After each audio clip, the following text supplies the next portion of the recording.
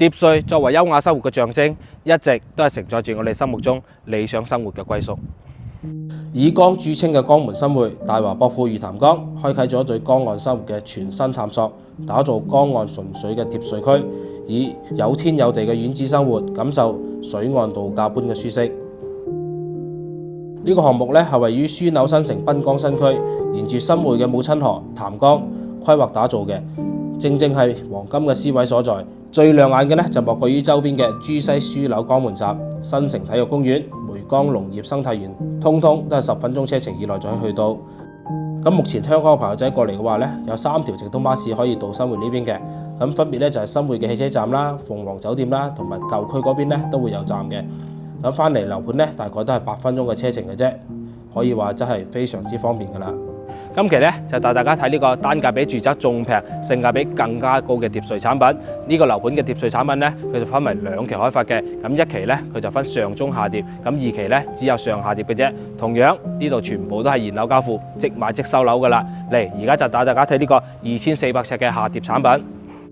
一入大門就係一個300尺嘅大花園，都係屬於全贈送嘅面積嚟嘅。咁午後或者傍晚咧，呢度都係你嘅休息嘅好去處啦。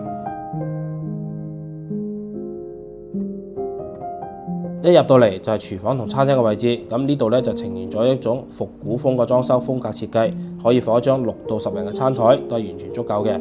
客廳嘅挑高咧就6.3米，採光同通風效果咧都非常之好嘅，高端又夠大氣嘅。一眼望上去咧，上下樓層嘅設計咧仲會增加咗空間嘅層次感。咁首層嘅朝南嘅房咧，就可以作為一個長輩房，而且咧仲自帶一個獨立嘅小花園，得閒咧仲可以喺度種下花、捉下棋，空間感咧都係非常之足夠嘅。嚟到2層啦，呢度一共就分咗3間房，第一間房咧就係孩子嘅專屬天地，第2間房作為一個多功能區域，你仲可以設計成一個書房、畫室、健身房都 OK 嘅。咁第3間房咧就係主人房啦，呢度咧配備咗有衣帽間啦、衛浴啦，同呢個獨立嘅陽台，晚上同你嘅愛人喺度一支紅酒，幸福又浪漫。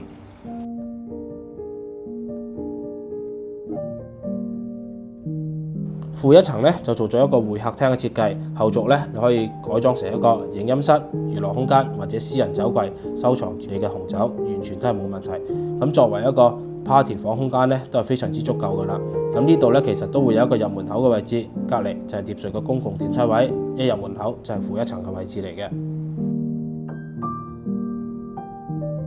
咁啱啱帶大家睇嘅咧，呢個就係2400尺嘅下疊戶型，佢嘅 total 總價咧大概就180到200萬仔左右，具體咧就睇你揀翻咩位置啦。今日咧仲會帶大家睇到一個1500尺嘅上疊戶型喎。而家咧就搭 lift 上到嚟上疊嘅戶型啦。咁上疊嘅戶型除咗有2層之外咧，仲會全贈送一個天台嘅位置俾你。咁一入門口咧，首先就係一個玄關嘅位置，客廳咧就連接住餐台，橫廳嘅設計。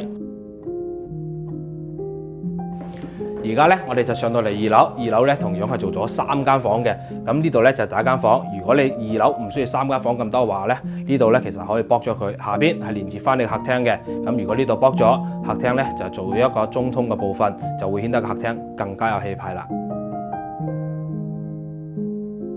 咁第2間房咧就屬於一個創意空間嚟嘅，所以後邊嘅夾層後續咧係需要自己去做。咁隔離咧就係主人房，同樣入門口都會有一個玄關嘅位置，可以做翻一個收納衣帽同埋包包，同樣都係連接住主外嘅小露台，隔離都係望翻小區嘅風景。而家咧上到嚟你哋最期待嘅天台位置啦，呢度有天又有地，得閒可以喺度種下花、種下草，仲可以約埋你嘅朋友仔過嚟 BBQ 開下 party， 都係非常之唔錯嘅選擇喎。而且咧呢一層就係屬於一個全贈送嘅面積嚟嘅喎。而家咧就帶大家睇完呢個上疊嘅1500尺戶型啦，佢嘅 total 總價大概就係160萬仔左右嘅。咁其實咧對比翻上一期帶大家睇嘅劍法和諧咧，佢嘅總價咧都要去到成300-400萬咁多嘅。可想而知，而家帶大家睇緊呢個大華博富裕潭江呢個樓盤咧，性價比就非常之高啦。咁當然要睇翻大家中意邊個樓盤多啲嘅。想要更加詳細嘅資料，記得 WhatsApp 翻我咯喎。買樓揾阿勝，唔會懵成成。